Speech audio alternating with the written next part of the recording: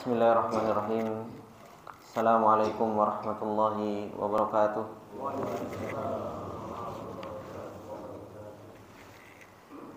Innal hamdalillah nahmaduhu wa nasta'inuhu wa nastaghfiruh wa na'udzu billahi min shururi anfusina wa min sayyiati a'malina. May yahdihillahu fala mudhillalah wa may yudlil fala hadiyalah. Asyhadu an la ilaha illallah wahdahu la syarikalah wa asyhadu anna Muhammadan abduhu wa rasuluh salawatullahi wa salamuhu alaihi. Ya ayyuhalladzina amanu taqullaha haqqa tuqatih wa la tamutunna illa wa antum muslimun. Ya ayyuhalladzina amanu taqullaha wa qulu qawlan sadida yuslih lakum a'malakum wa yaghfir lakum dhunubakum wa may yuti'illaha wa rasulahu faqad faza fawzan 'azima. Amma ba'du fa inna asdaqal hadithi kitabullah wa khairal hadi hadi Muhammadin sallallahu alaihi wasallam wa syarral umuri muhdatsatuha fa inna kulla muhdatsatin bid'ah wa kulla bid'atin dhalalah wa kulla dhalalatin finnar. Allahumma la ilma lana illa ma 'allamtana innaka antal alimul hakim. Allahumma arzuqna ilman nafi'an wa rizqan thayyiban wa 'amalan mutaqabbala. Allahumma 'allimna ma yanfa'una wa zidna ilma. Rabbi shrah li sadri wa yassir li amri wahlul 'uqdatam min lisani yafqahu qawli. Rabbi zidna ilma warzuqna fahma. Ikhwani fillah rahimani wa rahimakumullah jami'an. Alhamdulillah, puji dan syukur kembali kita panjatkan kepada Allah Subhanahu wa taala, di mana di pagi yang berbarokah ini kembali Allah Subhanahu wa taala masih memberikan nikmatnya kepada kita semua. Allah Subhanahu wa taala masih memberikan banyak sekali karunia kepada kita semua. Dan di antara karunia dan nikmat yang Allah Subhanahu wa taala berikan kepada kita, dan itu adalah merupakan karunia yang paling besar, bagaimana Allah Subhanahu wa taala menjadikan hati-hati kita cinta terhadap yang namanya keimanan. Dan Allah Subhanahu wa taala menghiasi keimanan tersebut di dalam hati kita. Sehingga seorang hamba mau melakukan ketaatan kepada Allah Subhanahu wa taala, sehingga seorang hamba tergerak untuk melakukan ketaatan kepada Allah Subhanahu wa taala. Dan inilah adalah merupakan nikmat yang paling besar yang Allah Subhanahu wa taala berikan kepada hamba-hambanya yang terpilih.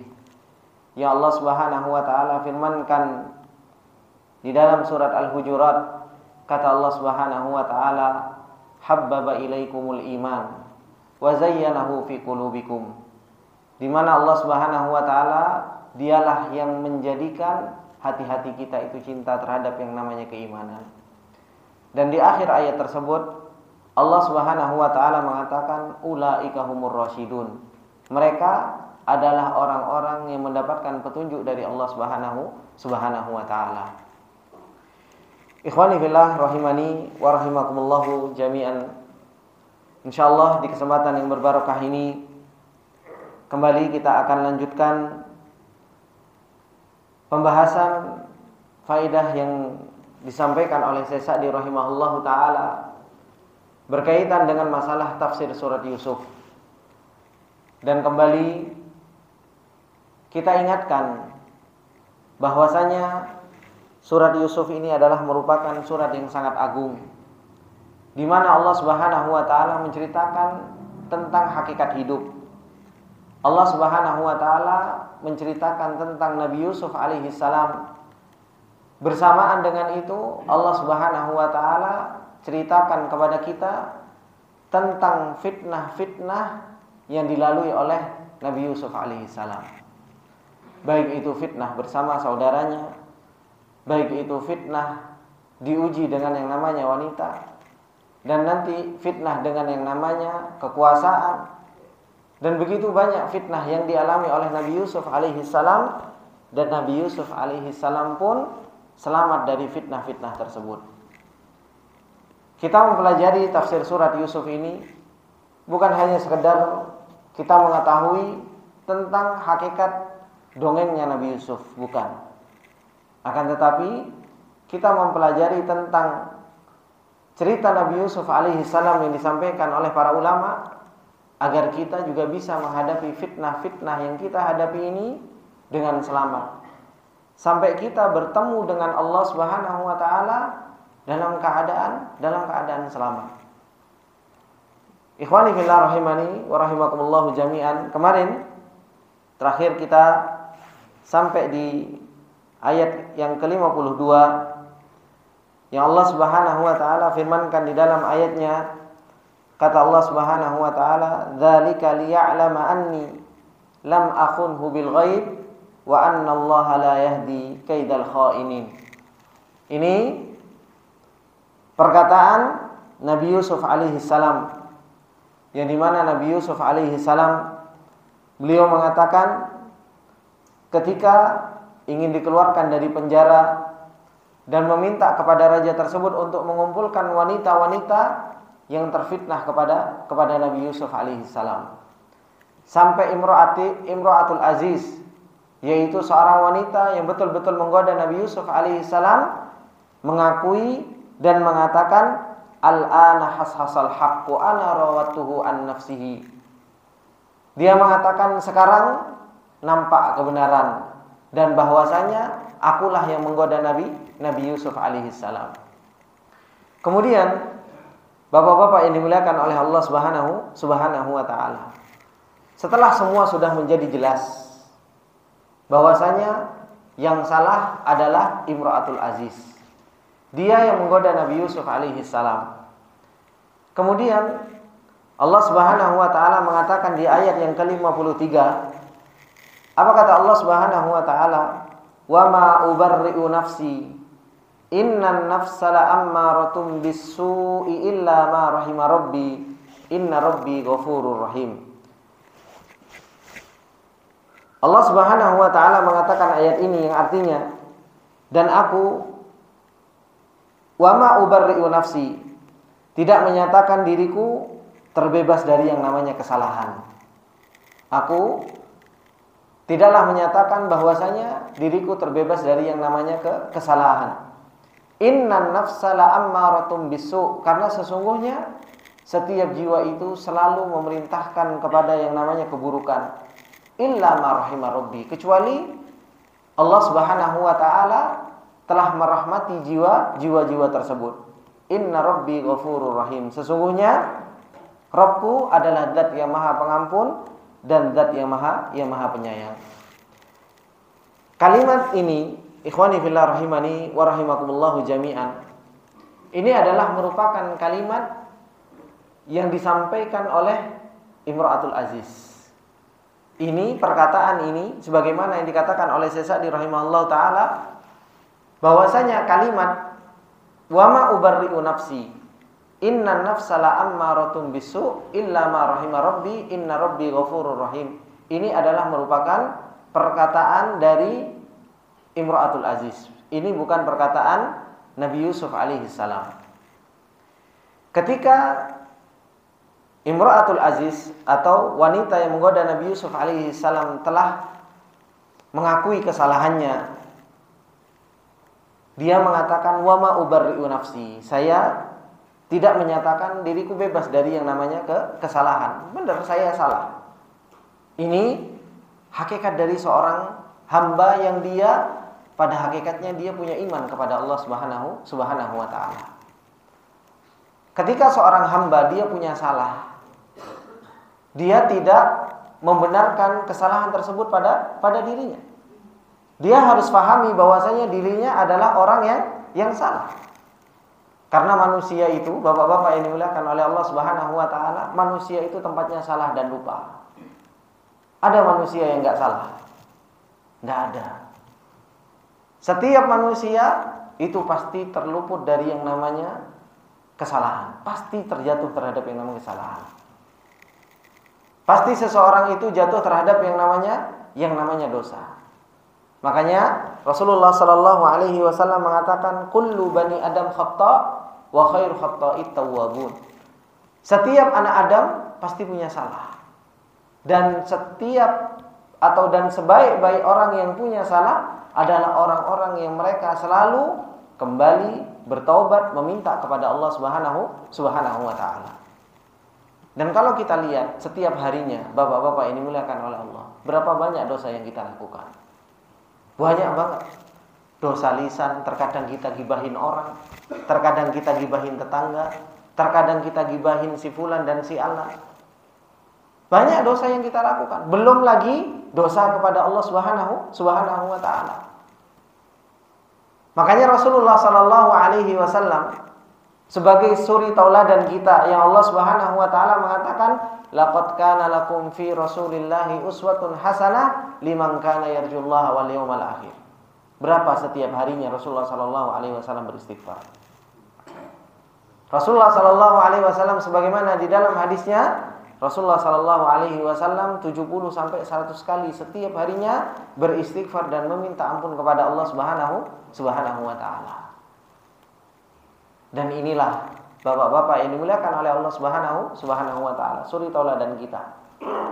Kita yang jauh lebih banyak dosanya dari Rasulullah, yang kita belum tentu dijamin keselamatan oleh Allah Subhanahu wa taala. Belum tentu surga itu milik kita. Tapi betapa banyak dan betapa jarangnya kita untuk meminta ampun kepada Allah Subhanahu wa taala. Imra'atul Aziz dia mengatakan wa ma ubarri'u nafsi. Saya enggak akan membenarkan diriku sendiri. Memang saya salah. Dan inilah hakikat seorang yang dia betul-betul apa? Berani mengakui kesalahan. Iya, saya salah. Wa ma ubarri'u nafsi. Saya tidak akan melepaskan diri saya dari yang namanya kesalahan. Memang setiap orang itu terjatuh terhadap yang namanya kesalahan. Kemudian Allah Subhanahu wa taala mengatakan apa? Innan nafsa la'ammaratun bisu. Kenapa sih manusia itu banyak salahnya? Karena sesungguhnya an-nafsa la'ammaratun bisu. Setiap jiwa-jiwa manusia itu selalu memerintahkan terhadap yang namanya keburukan. Setiap jiwa, Pak. Jiwa yang kita miliki, hawa nafsu yang kita miliki itu selalu apa? Menginginkan keburukan. Selalu ngajak yang namanya keburukan. Dan inilah hakikat jiwa. Makanya sering pernah ana sampaikan kepada bapak-bapak yang dimuliakan oleh Allah. Jiwa itu selalu pengen yang enak-enak. Makanya kalau saya suruh pilihan bapak-bapak milih tidur atau duduk, milih tidur, kan seperti itu. Duduk atau berdiri, milih duduk. Itulah jiwa. Jiwa itu selalu pengen yang enak. Milih kenyang atau lapar, milih kenyang. Itulah jiwa. Dan jiwa seseorang itu selalu mengajak ke dalam yang namanya keburukan. Apapun itu keburukan, jiwa seseorang itu selalu mengajak kepada yang namanya keburukan. Makanya Allah Subhanahu wa taala menjanjikan surga, dan surganya Allah mahal. Makanya Rasulullah sallallahu alaihi wasallam mengatakan inna sil'atallahi ghaliyah. Sesungguhnya barangnya Allah Subhanahu wa taala mahal. Dan sesuatu yang mahal itu harus kita perjuangkan. Apa kata Allah Subhanahu wa taala? Fa innal jannata hiyal ma'wa. Bagi siapa? Sesungguhnya surga itu adalah merupakan tempat kembali bagi orang-orang yang Allah Subhanahu wa taala sampaikan wa amma man khafa maqama rabbih wa nahan nafsa 'anil hawa. Fa innal jannata hiyal ma'wa kata Allah. Adapun orang yang dia bisa takut kepada Allah dan bisa menahan hawa nafsunya. Hawa nafsu ini perlu kita tahan. Hawa nafsu ini perlu kita tahan. Tidak semuanya keinginan kita harus kita terpenuhi. Terkadang kita pengen gibahin orang, terkadang kita nggak suka sama orang. Jaga hati kita. Nafsu kita itu harus kita jaga. Betapa banyak terkadang kita keles sama teman. Betapa banyak kita harus apa? Keles sama tetangga. Terkadang kita harus gak suka sama orang. Tapi apa? Jaga nafsu kita. Karena orang kalau gak suka sama orang lain ngomong. Bisa gak ketika kita gak suka sama orang lain, tapi apa? kita jaga mulut kita dari gibahin orang, dari nggak ngomongin orang dan lain sebagainya. Inilah hakikat seseorang ketika dia betul-betul beriman kepada Allah Subhanahu wa taala. Maka dari sini bapak-bapak yang dimuliakan oleh Allah Subhanahu wa taala, kita sering berdoa kepada Allah Subhanahu wa taala, bahkan mungkin bapak-bapak sering hafal kan, innal hamdalillah nahmaduhu wa nasta'inuhu wa nastaghfiruh wa na'udzu billahi min syururi anfusina. Ya Allah, aku berlindung kepadamu dari apa? Kejelekan apa? Anfusina, jiwa-jiwa kita. Karena setiap jiwa itu punya apa? Punya kejelekan. Makanya ini yang harus betul-betul kita perhatikan. Begitu pula Rasulullah sallallahu alaihi wasallam ketika mengatakan kepada Husain, "Ya Husain, kam ilahun tu'bad." Berapa jumlah sesembahan kamu yang kamu sembah? Husain mengatakan, "Sab'atun, wahidun fis sama wa sittatun fil ardi." Ada 7 yang saya sembah. Ketika itu belum masuk Islam. Ada 7 yang saya sembah, 1 di langit dan 6 yang ada di bumi. Ditanya oleh Rasulullah sallallahu alaihi wasallam, "Man li raghbatika wa rahbatika?" Siapa yang paling engkau takuti dan siapa yang paling engkau harapkan? Maka Husain mengatakan, "Fis sama," yang ada di langit. Maka Rasulullah sallallahu alaihi wasallam mengatakan, "Utruku fil ardi wa'bud fis sama." Kalau kamu mengharap apa yang ada di atas langit dan kamu takut apa yang ada di atas langit, tinggalkan yang ada di bumi dan sembahlah yang ada di atas langit. Kemudian akhirnya Husain masuk ke dalam Islam. Kemudian diajarkan oleh Rasulullah sallallahu alaihi wasallam kalimat yang bermanfaat kepada Husain. Rasulullah sallallahu alaihi wasallam mengatakan, "Allahumma alhimni rusdi wa qini syarra nafsi."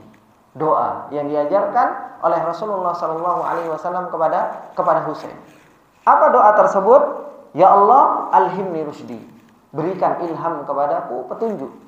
Minta dibimbing oleh Allah Subhanahu wa taala di dalam perjalanan. Karena bapak-bapak yang dimuliakan oleh Allah Subhanahu wa taala, saya ingatkan kembali, perjalanan kita bukan perjalanan yang mudah. Kita butuh bimbingan dari Allah. Kita butuh taufik dari Allah. Siapa yang merasa aman dari yang namanya godaan syaitan? Siapa yang merasa aman dari yang namanya makar syaitan? Ngerasa bahwasanya, saya selamat akan sampai ke dalam surganya Allah? Nggak ada, Pak. Semuanya butuh bimbingan Allah Subhanahu wa taala. Nah, kita minta sama Allah Subhanahu wa taala, Allahumma alhimni rusdi. Ya Allah, ilhamkanlah kepadaku petunjukmu. Kita minta petunjuk kepada Allah Subhanahu wa taala dan tiap harinya kita meminta kepada Allah Subhanahu wa taala, ihdinas siratal mustaqim. Kemudian waqini syarra nafsi, dan lindungilah diriku dari apa? Dari kejelekan jiwaku sendiri, bukan kejelekan jiwanya orang. Tapi apa? Kejelekan dari jiwa kita sendiri. Terkadang kita nggak bisa ngatur jiwa kita sendiri, Pak. Kita sangat mudah ngatur jiwa orang lain kita atur, nggak boleh gini, nggak boleh gini, nggak boleh gini. Tapi untuk ngatur jiwa kita sendiri saja kita susah. Untuk kita nggak bermaksiat kepada Allah Subhanahu wa taala, masih juga terjatuh kepada maksiat. Untuk kita taat kepada Allah Subhanahu wa taala, juga masih malas-malesan. Bukankah itu kejelekan jiwa? Kita kalau lagi dipanggil hayya 'alas shalah, ayo salat. Kadang jiwa kita apa? Sik gurung komat. Kan seperti itu. Itu kan kejelekan jiwa. Bisa nggak kita menghilangkan kejelekan jiwa tersebut di dalam diri kita? Kita masih hayya 'alas shalah saja masih sibuk dengan hal-hal yang lain. Terkadang waktunya ngaji juga masih malas-malesan. Itu kan karena apa? Karena kejelekan jiwa. Terjatuh kepada yang namanya maksiat, itu pun kejelekan jiwa. Makanya doa yang diajarkan oleh Rasulullah sallallahu alaihi wasallam kepada Husain ini adalah merupakan doa yang sangat bermanfaat. Allahumma alhimni rusdi wa qini syarra nafsi. Maka bapak-bapak yang dimuliakan oleh Allah Subhanahu wa taala, Ibnu Qayyim rahimahullahu taala, beliau mengatakan berkaitan dengan masalah hawa nafsu ini. Beliau mengatakan fa inna sa'iru amradil qalbi innama tansha'u min janibin nafs. Sesungguhnya seluruh penyakit-penyakit hati Beliau mengatakan sesungguhnya seluruh penyakit-penyakit hati itu muncul dari hawa nafsu. Muncul dari jiwa ini, muncul dari hawa nafsu. Fal mawadul fasidah kulluha ilaiha tunsabu. Dan hal-hal yang bisa merusak semuanya terbangun dari hawa nafsu ini.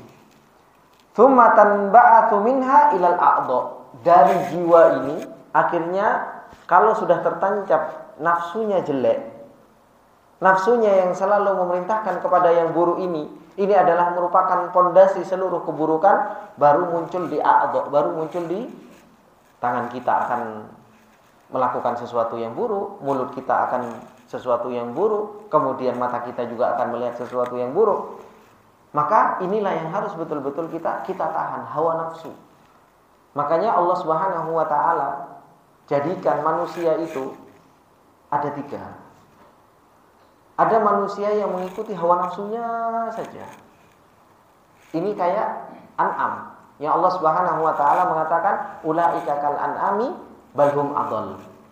Mereka itu seperti hewan ternak, bahkan lebih sesat dari hewan ternak. Ini orang-orang yang mereka mengikuti hawa nafsunya. Karena sesungguhnya hawa nafsu itu diatur oleh yang namanya pikiran. Makanya Allah Subhanahu wa taala berikan akal kepada kita. Hawa nafsu itu harus diatur oleh akal. Kalau hawa nafsu sudah gak pernah diatur sama akal, gak karu-karuan, Pak. Akal sehatnya sudah gak bisa ngatur hawa nafsunya, ya rusak. Kita lihat orang-orang yang mereka berbuat maksiat, mereka yang meninggalkan ketaatan kepada Allah Subhanahu wa taala, rata-rata akalnya kemana? Kadang kita mikir kan, kemana sih kok gak dipakai akal sehatnya? Dia melakukan kemaksiatan ini. Karena apa? Hawa nafsunya saja yang dipakai, akalnya gak pernah dipakai. Dan terkadang orang itu punya hawa nafsu, punya akalnya dipakai, tapi gak punya dalil. Gak punya dalil. Akhirnya apa? Beragama pakai dalil. Beragama pakai akal. Harusnya apa? Di atasnya akal itu ada dalil. Di atasnya akal itu ada dalil. Makanya itulah yang harus betul-betul kita pahami. Dan inilah yang dijelaskan oleh para ulama, bahwasanya hawa nafsu kita itu harus diatur oleh yang namanya akal, dan akal kita itu harus apa? Diatur dengan yang namanya apa? Dalil. Harus sejalan dengan namanya dalil yang sahih. Ini ikhwani billah rahimani wa rahimakumullah jami'an. Dan Rasulullah sallallahu alaihi wasallam banyak sekali berlindung terhadap yang namanya kejelekan jiwa. Sesadi rahimahullah taala mengatakan di dalam ayat ini, beliau mengatakan ailikatratil amri li sahibiha bisu. Sesadi beliau menjelaskan tentang ayat yang ke-53 ini, beliau mengatakan likatratil amri li sahibiha bisu. Saking banyaknya jiwa itu memerintahkan kepada orangnya untuk melakukan apa? Keburukan. Makanya Allah Subhanahu wa taala mengatakan innan nafsala ammaratun bisu. Sesungguhnya jiwa-jiwa itu selalu memerintahkan terhadap yang namanya keburukan. Al-fahishatu wasairud dzunub, yaitu kemaksiatan dan banyaknya dosa-dosa. Fa innaha markabus syaiton, karena sesungguhnya jiwa hawa nafsu ini tunggangannya setan, Pak. Setan itu selalu apa? Nunggangi kita, berusaha untuk menggoda kita itu dari hawa nafsu kita. Karena setan tahu kalau kita itu suka yang enak-enak. Makanya itulah hawa nafsu yang terus dibuat tunggangan oleh yang namanya setan. Wa minha yadkhulu 'alal insan. Dan dari hawa nafsu itulah setan itu masuk terhadap yang namanya manusia. Illa ma rahima rabbi, kecuali jiwa-jiwa yang diberikan rahmat oleh Allah Subhanahu wa taala. Ini menunjukkan bahwasanya apa? Di sana ada jiwa-jiwa yang dirahmati oleh Allah Subhanahu wa taala. Tidak semua jiwa itu selalu memerintahkan kepada yang namanya keburukan. Ada jiwa-jiwa yang dia dirahmati oleh Allah Subhanahu wa taala. Nah, bagaimana supaya jiwa kita itu mendapatkan rahmat dari Allah Subhanahu wa taala? Ini yang paling penting. Bukan ketika kita mengetahui dalil inna nafsala ammaratun bisu kemudian kita berbuat maksiat, kan Allah yang mengatakan kalau jiwa mengajak yang namanya keburukan. Ya, wajarlah kalau kita berbuat salah. Iya, memang jiwa selalu memerintahkan kepada yang namanya keburukan. Tapi kenapa kita tidak mengambil sebab agar jiwa kita itu dirahmati oleh Allah Subhanahu wa taala? Disebutkan oleh Ibnu Qayyim rahimahullah taala termasuk di antara sebab-sebab jiwa seseorang itu mendapatkan rahmat dari Allah Subhanahu wa taala, yaitu apa? Talabul ilmi. Menuntut ilmunya Allah Subhanahu wa taala. Kenali Allah Subhanahu wa taala dengan benar. Kenali nama-nama Allah Subhanahu wa taala, kenali sifat-sifat Allah Subhanahu wa taala, kenali perbuatan Allah Subhanahu wa taala. Terkadang bapak-bapak ini dimuliakan oleh Allah Subhanahu wa taala, jiwa kita itu kadang pengen banget untuk berbuat maksiat. Kalau seseorang itu kenal dengan Allah Subhanahu wa taala, makrifat kita kepada Allah Subhanahu wa taala, itulah yang akan memberhentikan keinginan seseorang itu untuk berbuat maksiat. Dia kenal dengan Allah Subhanahu wa taala yang maha baik. Dia kenal dengan Allah Subhanahu wa taala yang sudah memberikan nikmat begitu luar biasa kepada kita.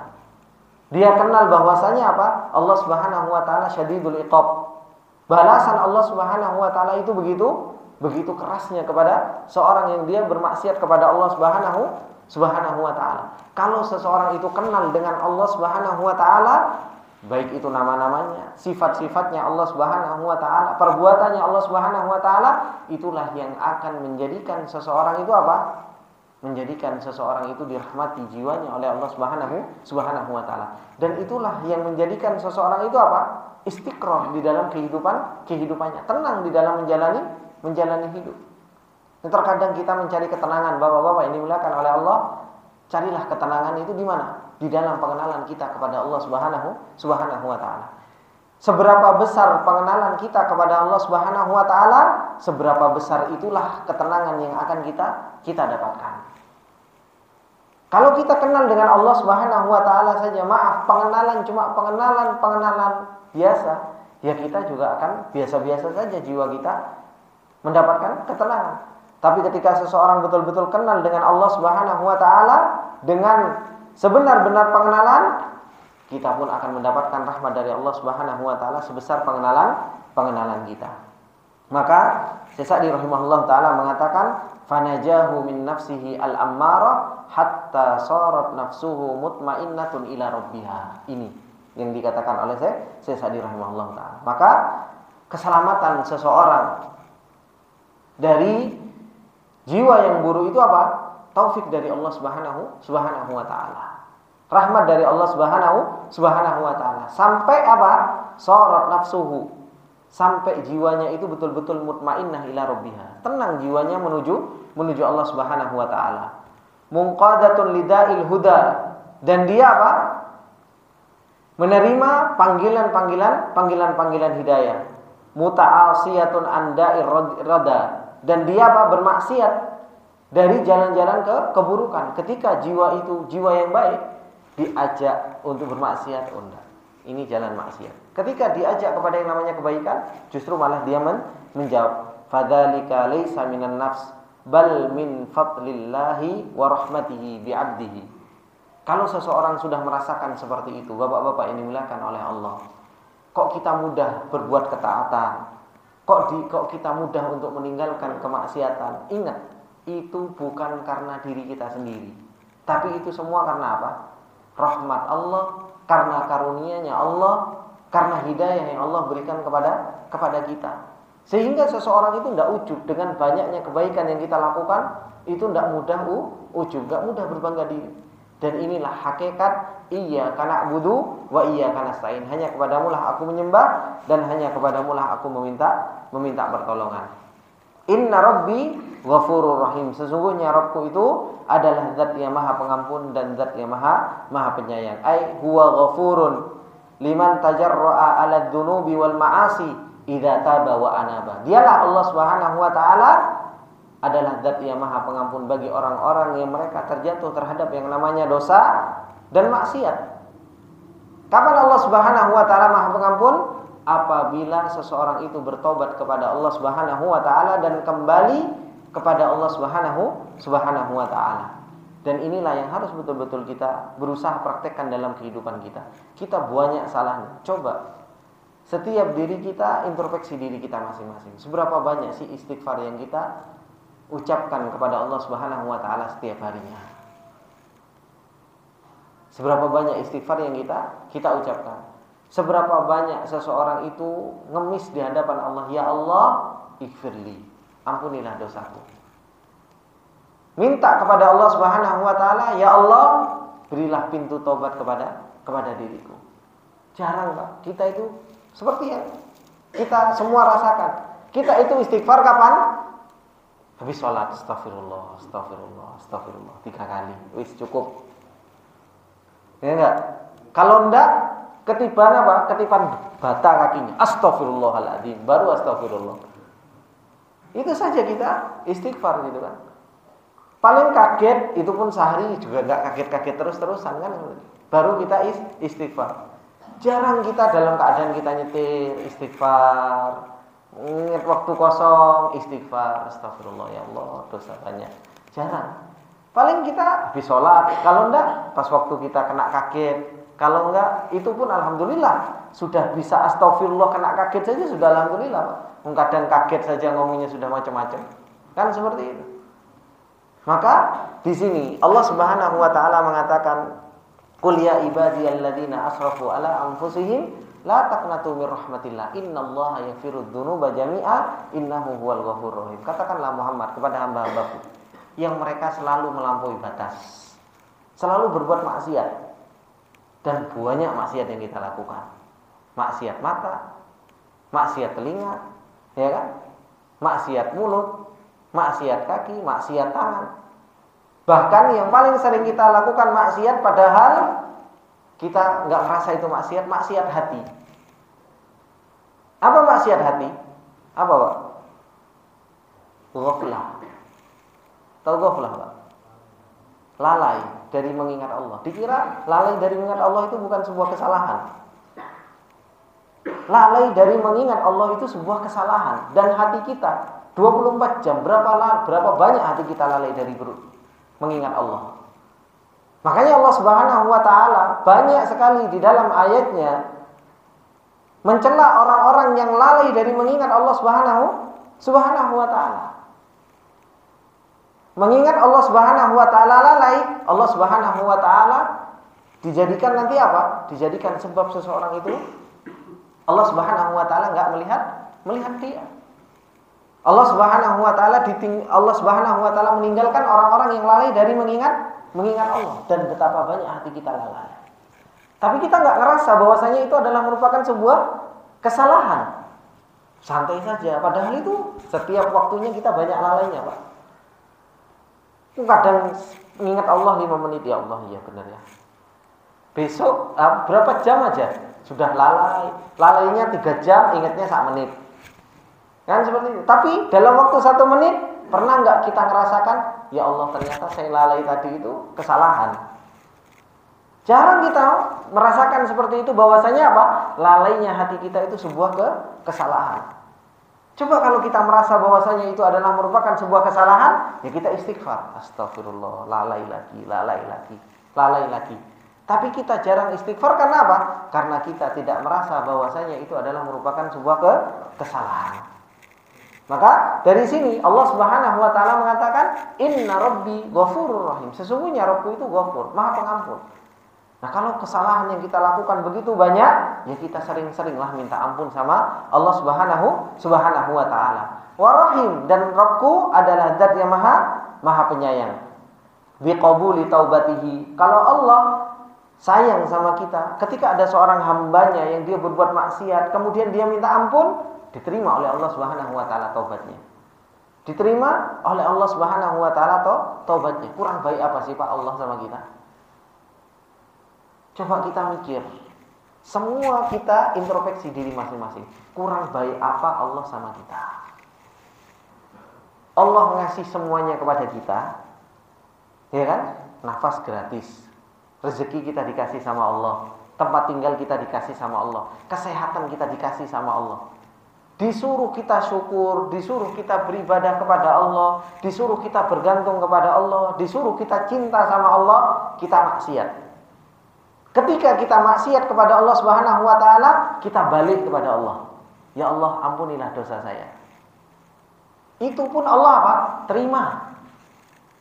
Allah Subhanahu wa taala terima taubat kita.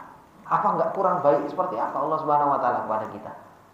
Coba bayangkan kalau kita berbuat baik sama orang, kita fasilitasi semuanya, habis itu orang tersebut kurang ajar sama kita. Ketika ada butuhnya, balik sama kita. Kira-kira gimana, Pak? Minggato kan seperti itu. Gak usah balik ke rumah kan seperti itu. Tapi ini Allah Subhanahu wa taala justru enggak. Allah buka pintu selebar-lebarnya. Kamu tak kasih nikmat, tak kasih sehat, tak kasih istri yang soleha, tak kasih anak yang soleh dan soleha. Kehidupanmu tak bikin nyaman. Kamu berbuat maksiat, ahlan wa sahlan. Pintuku terbuka. Apakah pantas kita bersyukur sama Allah? Gak pantas kita untuk minta sama Allah. Nyerahkan seluruh kehidupan kita kepada Allah Subhanahu wa ta'ala. Maka inilah yang harus betul-betul kita fahami tentang Allah. Kenali Allah Subhanahu wa ta'ala dengan sebenar-benar pengenalan. Pengenalan kita, Pak, kepada Allah betul-betul minim. Lemah pengenalan kita kepada Allah Subhanahu wa ta'ala. Makanya kita sering lalai. Hati kita sering lalai dari mengingat Allah Subhanahu wa ta'ala. Coba kalau seseorang itu lagi cinta, ya kan? Pengenalannya kepada Allah Subhanahu wa ta'ala, kenal. Itu subhanallah, yang diingat akan terus menerusi hal tersebut. Dan itulah yang sebenarnya ada pada diri kita. Mungkin bapak-bapak yang dimuliakan oleh Allah Subhanahu wa ta'ala, dulu pas cinta-cintanya sama istri, ya, cinta-cintanya sama istri, berusaha untuk kenal istri, di kantor teringat telepon sik lah, kan seperti itu, ya kan? Kadang di jalan saja teleponan sama istri, nggak mau lepas, kan seperti itu. Kenapa? Karena sayang, cinta, kan seperti itu. Pengennya ngobrol terus sama istri. Karena apa? Kenal betul-betul sama istrinya dan cinta sama istrinya. Nah, ini kita ngaku cinta sama Allah, ya kan? Baca Al-Quran untuk ngobrol sama Allah. Bukankah baca Al-Quran itu ngobrol sama Allah? Sehari, alhamdulillah. Bisa ngaji, alhamdulillah. Cuma masalahnya apa? Ngaji aja enggak, Pak. Kan seperti itu. Itu ngaku cinta kepada Allah Subhanahu wa taala. Makanya cinta itu butuh bukti. Cinta itu butuh bukti. Kemudian apa? Wa taufiqihi lil a'mali shalihah. Maha sayangnya Allah memberikan taufiknya kepada kita untuk kita bisa beramal saleh. Wa hadza huwa shawabu anna hadza min qauli imra'atil azizi la min qauli Yusuf. Dan ini perkataan ini, wa ma ubarri'u nafsi innan nafsa la ammaratun bisu' illa ma rahima rabbi inna rabbi ghafurur rahim. Kata Syekh Sa'di rahimahullah ta'ala, ini perkataannya Imra'atul Aziz, bukan perkataan Nabi Yusuf alaihi salam. Fa inna siyaqa fi kalamiha wa Yusuf idzaka fi sijni lam yahdur. Karena apa? Karena Nabi Yusuf alaihi salam ketika pembicaraan ini, Nabi Yusuf alaihissalam masih dalam penjara. Kalau konteks kalimat diperhatikan, ini adalah merupakan perkataan dari siapa? Imra'atul Aziz. Maka dari sini jelas semuanya. Nabi Yusuf alaihissalam yang terfitnah, Nabi Yusuf alaihissalam yang terdolimi, Nabi Yusuf alaihissalam yang diuji oleh Allah Subhanahu wa taala, Allah Subhanahu wa taala sudah mulai buka tabir-tabirnya semuanya. Yang Nabi Yusuf alaihissalam diuji oleh Allah, ternyata Nabi Yusuf alaihissalam lolos dari ujian-ujian tersebut. Ya kan? Nabi Yusuf diuji sama saudaranya, dibuang, sabar. Dijadikan budak, sabar. Diuji dengan wanita, selamat. Diuji di penjara, bisa sabar. Diuji dengan temannya, nggak nyampaikan kepada tuannya, sabar. Sampai Nabi Yusuf alaihissalam mulai diangkat lagi oleh Allah Subhanahu wa taala. Dan ini bapak-bapak yang dimuliakan oleh Allah Subhanahu wa taala, kembali anak ingatkan. Nabi Yusuf alaihissalam mulai diangkat oleh Allah Subhanahu wa taala derajatnya dengan apa? Dengan ilmu. Ketika Nabi Yusuf alaihissalam diajarkan ilmu oleh Allah Subhanahu wa taala. Ketika Nabi Yusuf diberi kenikmatan dunia, ya kan? Kegantengan, ya kan? Disayang sama orang tuanya, justru malah menjadi fitnah. Justru malah menjadikan Nabi Yusuf alaihissalam diuji oleh Allah Subhanahu wa taala. Ketika Allah Subhanahu wa taala berikan ilmu, dan dengan ilmu tersebut Nabi Yusuf alaihissalam amalkan terhadap dirinya dan didakwahkan kepada orang lain, Allah Subhanahu wa taala mulai mengangkat dibalik keadaannya Nabi Yusuf alaihissalam. Mulai dibalik. Maka apa yang dikatakan oleh raja, wa qala al-maliku tuni bihi. Wa qala al-maliku tuni bihi astakhlishu li nafsi. Falamma kallamahu qala innaka al-yawma ladaina makinun amin. Kata rajanya, ketika sudah mendengar cerita tentang Nabi Yusuf dan Nabi Yusuf alaihissalam itu sudah mentakwilkan mimpi dari raja tersebut, orang disuruh manggil Nabi Yusuf suruh balik, suruh tanyakan tentang wanita-wanita tersebut. Akhirnya rajanya tersebut mengatakan, wa qala al-malik, berkata raja ketika itu, utuni bihi, datangkan dia kepadaku. Datangkan dia kepadaku. Astakhlishu li nafsi. Sehingga apa? Saya akan menyelesaikan perkara ini sendirian. Jadi sudah yang lain-lain selesai, biar saya selesaikan berdua saja dengan Nabi Yusuf alaihissalam. Falamma kallamahu qala innaka al-yawma ladaina makinun amin. Tatkala Nabi Yusuf alaihissalam sudah ngobrol sama rajanya tersebut, maka raja tersebut mengatakan kepada Nabi Yusuf alaihissalam, innakal yawma ladaina makinun amin. Sesungguhnya engkau hari ini menjadi orang yang berkedudukan tinggi di sisi kami. Jadi Nabi Yusuf alaihissalam mulai diangkat. Apa yang dikatakan oleh Syekh Sa'di rahimahullah taala? Falamma tahaqqaqal malik wan nasu bara'atu Yusuf at-tammah. Tatkala sudah jelas kebenaran bahwasanya Nabi Yusuf alaihissalam itu tidak salah, arsala ilaihil malak wa qala utuni bihi astakhlishu li nafsi. Ai aj'aluhu khasisatali. Aku akan menjadikan Nabi Yusuf alaihissalam itu apa? Orang yang mempunyai kedudukan khusus di sisiku. Wa muqarriban ladayya fa atauhu bihi mukarraman muhtaraman. Hingga akhirnya Nabi Yusuf alaihissalam didatangkan dalam keadaan mulia dan dimuliakan. Falamma kallamahu, tatkala Nabi Yusuf alaihi salam ngobrol dengan rajanya tersebut, ajabahu kalamahu. Justru malah apa? Rajanya terheran-heran dengan perkataan Nabi Yusuf alaihi salam. Wazada mauqi'uhu indahu, sehingga raja betul-betul apa? Semakin tertarik kepada Nabi Yusuf alaihi salam. Faqala lahu, maka raja tersebut mengatakan, innakal yawma ladaina makinun amin. Ai indana makinun amin. Yaitu mempunyai tempat yang kedudukan yang tinggi di sisi raja tersebut. Ai mutamakkinun aminun alal asrar. Faqala Yusuf taliban lil maslahatil amah.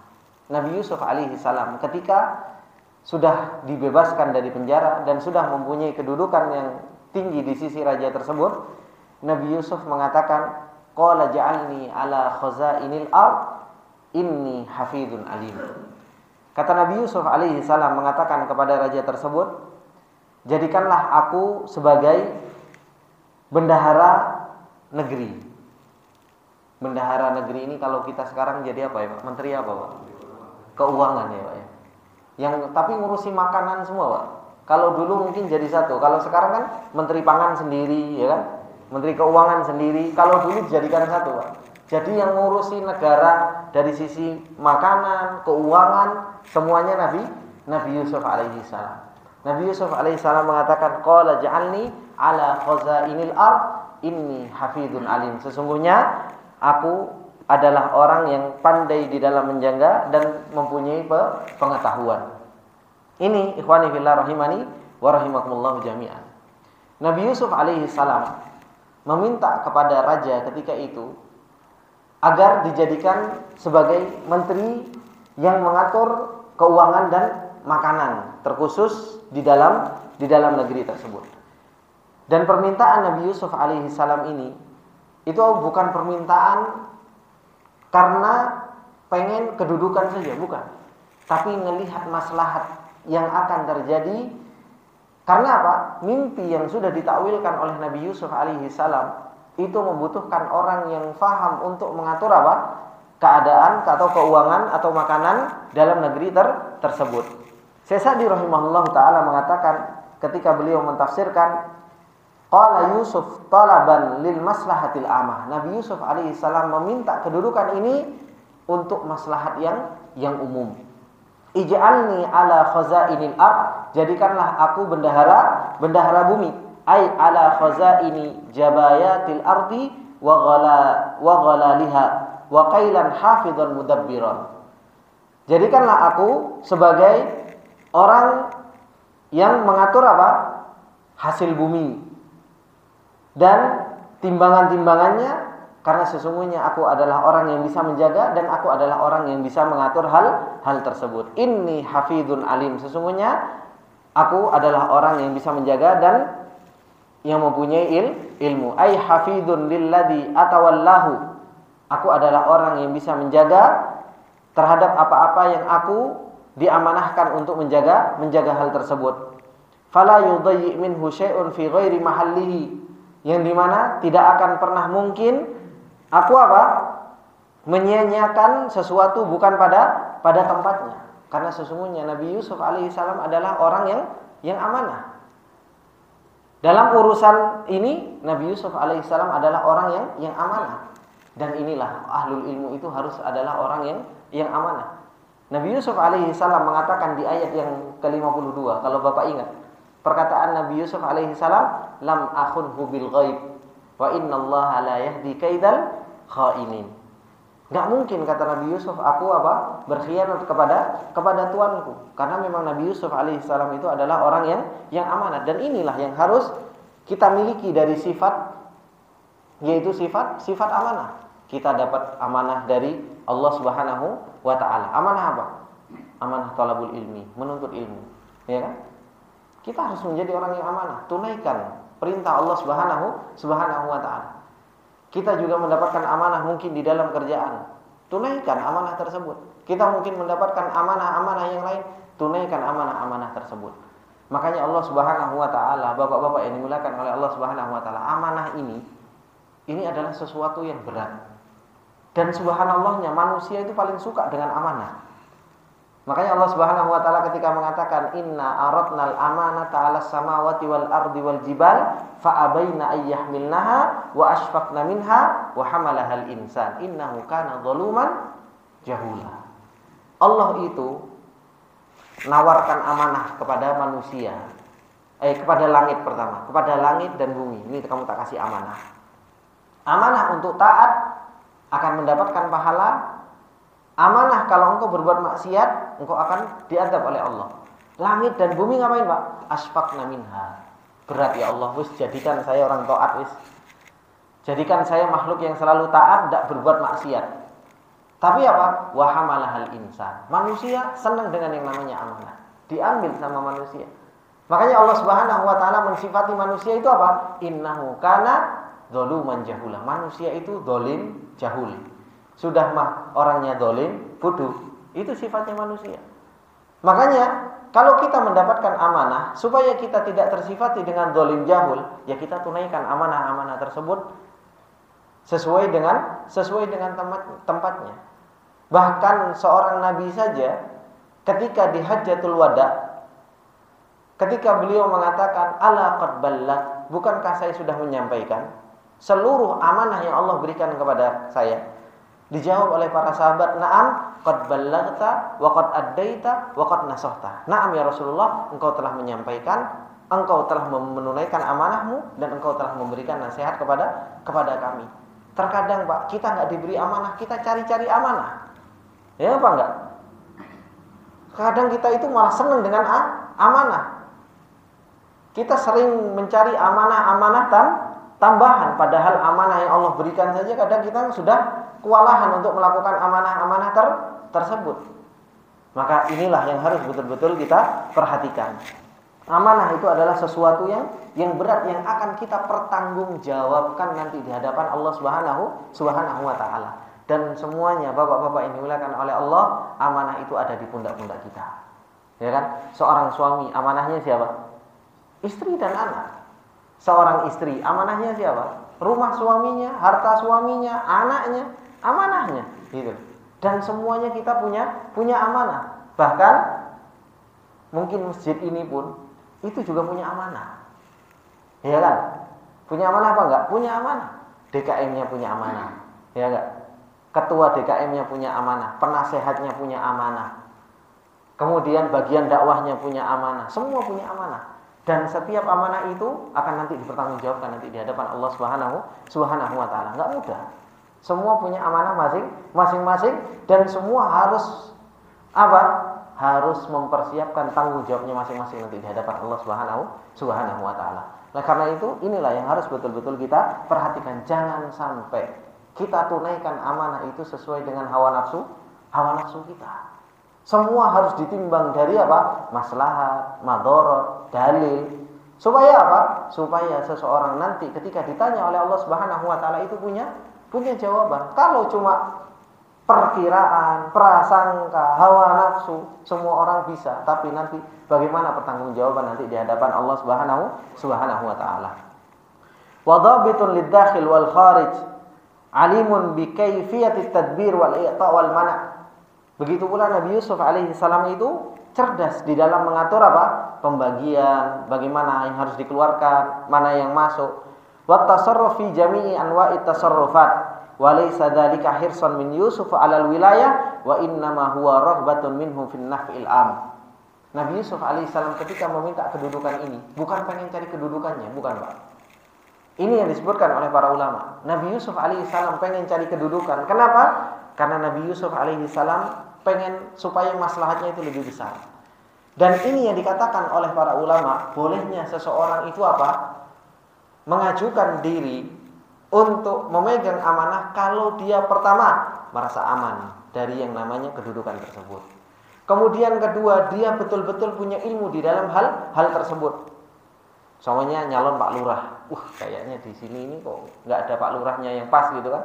Kayaknya saya yang Pak Lurah pas ini. Wislah bismillah, saya korbankan seluruh hidup saya untuk jadi Pak Lurah. Bisa saja. Tapi apa? Pertama, dia harus merasa aman dari yang namanya fitnah kedudukan tersebut. Kedua, dia harus punya ilmu. Tidak hanya nyalon, Pak. Kalau cuma nyalon saja, nggak punya ilmu, ya namanya bunuh diri itu. Harus punya ilmu di dalam hal tersebut. Dan ini yang terjadi pada Nabi Yusuf alaihissalam. Nabi Yusuf alaihissalam aman dari yang namanya fitnah tersebut. Yang kedua, Nabi Yusuf alaihissalam punya ilmu. Punya ilmu. Wa innama huwa raghbatun minhu fin naf'il am. Karena kalau orang baik seperti Nabi Yusuf alaihissalam yang memegang hal tersebut, maka apa? Maka manfaatnya akan menjadi jauh lebih umum. Wa qad arafa min nafsihi minal kafa'ati wal amanati wal hifdzi ma lam yakunu ya'rifunahu. Nabi Yusuf alaihissalam tahu dirinya sendiri. Nah, ketika kita mau nyalonkan diri, Pak, tanya sama diri kita sendiri. Tahu enggak kita sama diri kita? Kalau kita tahu sama diri kita, monggo silahkan nyalon, enggak apa-apa. Seperti halnya yang terjadi pada sama Nabi Yusuf alaihissalam. Itu bagi orang yang dia tahu dirinya sendiri dan dia merasa bahwasanya dirinya adalah orang yang berilmu dan dia bisa selamat dari fitnah tersebut, maka boleh. Falidzalika talaba minal malik ayyaj'alahu ala khazainil ard faja'alahu al-malik ala khazainil ard wa walahu iyyah. Akhirnya meminta kepada raja untuk apa? Untuk dijadikan itu tadi menteri yang ngurusi masalah apa? Hasil bumi, keuangan dan lain sebagainya. Dan raja tersebut apa? Akhirnya menjadikan Nabi Yusuf alaihi salam itu menjadi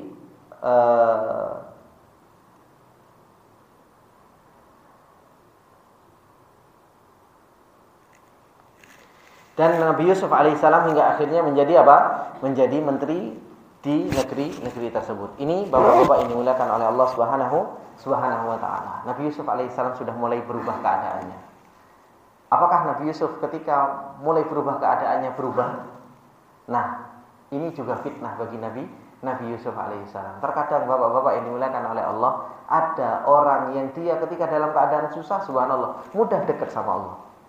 Tapi ketika keadaannya sudah dirubah oleh Allah, sudah mendapatkan nikmat, sangat mudah untuk geser kan. Nabi Yusuf alaihissalam, kita akan lihat bagaimana ceritanya Nabi Yusuf diberi kenikmatan oleh Allah, tapi Nabi Yusuf alaihissalam tetap dalam keadaan istiqomah. Ini yang bisa Anda sampaikan di kesempatan pagi yang berbarokah ini. Semoga ini bermanfaat buat kita semua, dan apabila ada benarnya itu datangnya semata-mata dari Allah Subhanahu wa taala, dan apabila ada salahnya itu datangnya dari saya pribadi, dan saya meminta maaf atas segala kesalahan dan khilafan. Dan ini ada surat dari panitia Bapak-bapak. Surat, bukan surat cinta tapi ya Bapak. Saya disuruh buka pertanyaan. Bapak-bapak yang dimuliakan oleh Allah Subhanahu wa taala. Dari awal Ana sampaikan bahwasanya kenapa sih Ana enggak buka pertanyaan? Bukan saya enggak mau jawab. Tapi pertanyaan itu berat. Dan para ulama sendiri, bapak-bapak kalau bisa baca kitab, saya akan kasihkan kitabnya para ulama bagaimana perkataan-perkataan mereka berkaitan dengan masalah tanya jawab ini. Mufti, seorang mufti itu di hadapan Allah Subhanahu wa taala begitu besar.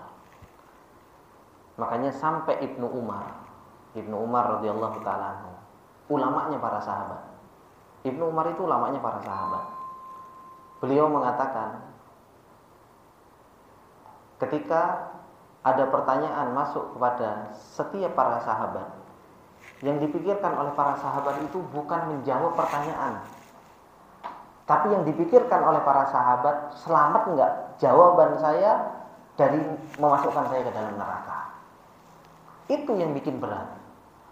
Makanya pertanyaan itu bukan saya enggak mau jawab. Ustadz besar juga buka pertanyaan, ustadz kecil juga buka pertanyaan. Kenapa Ustadz Baitowi enggak buka pertanyaan? Bukan saya tidak mau buka pertanyaan, monggo silahkan. Mau bertanya, silahkan. Saya sudah dari awal buka, silahkan japri, silahkan temui saya. Kan seperti itu, saya terbuka Pak.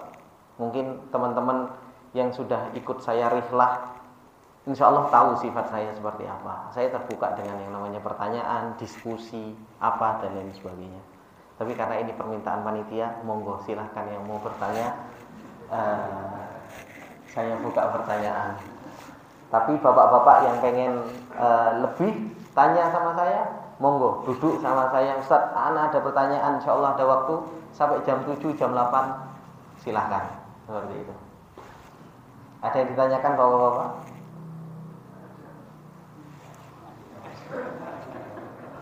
Silahkan yang bertanya.